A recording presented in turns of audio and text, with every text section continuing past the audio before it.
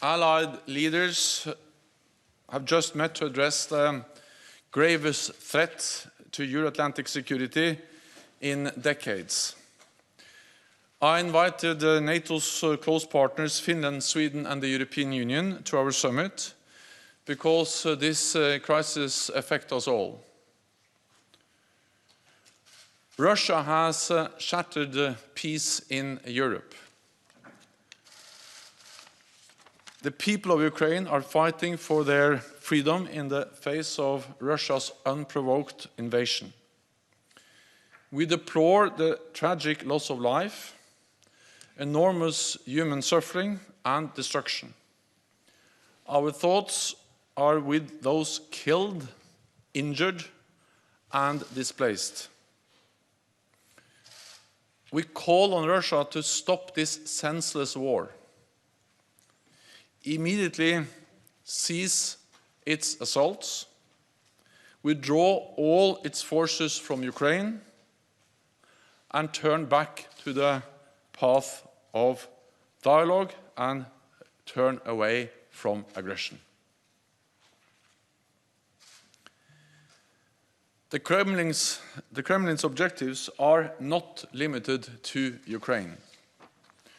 Russia has demanded legally binding agreements to announce further NATO enlargement and to remove troops and infrastructure from allies that joined after 1997. We are facing a new normal in European security, where Russia openly contests the European security order and uses force to pursue its objectives. The world will hold Russia and Belarus accountable for their actions. Russia as the aggressor, Belarus as the enabler. President Putin's decision to pursue his aggression against Ukraine is a terrible strategic mistake, for which Russia will pay a severe price for years to come.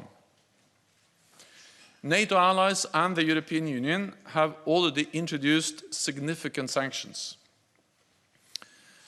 and many of our partners around the globe have joined us. We must stand ready to do more, even if it means we have to pay a price, because we are in this for the long haul. At the same time, the Russian people must know that Kremlin's war on Ukraine will not make Russia more secure. It will not make Russia more respected in the world. It will not lead to a better future for your children. In response to Russia's massive military build-up over the past months, we have already strengthened our deterrence and defense. Yesterday, NATO allies activated our defense plans. And as a result, we are deploying elements of the NATO response force on land, at sea, and in the air, to further strengthen our posture and to respond quickly to any contingency. The United States, Canada, and European allies have deployed thousands of more troops to the eastern part of the alliance. We have over 100 jets at high alert, operating in over 30 different locations, and over 120 ships from the high north to the Mediterranean, including 3 strike carrier groups. There must be no space for miscalculation or misunderstanding.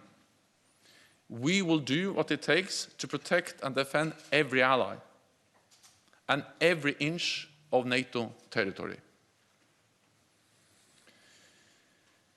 Leaders today also made clear that we must continue our support to Ukraine.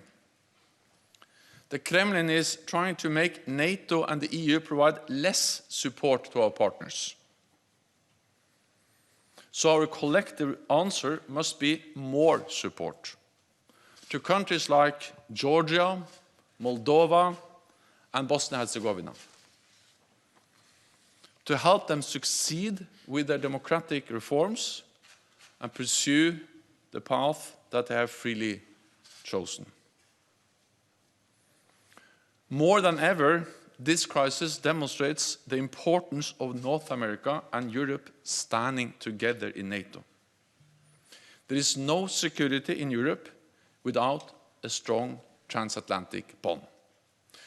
With that, I'm ready to take your questions.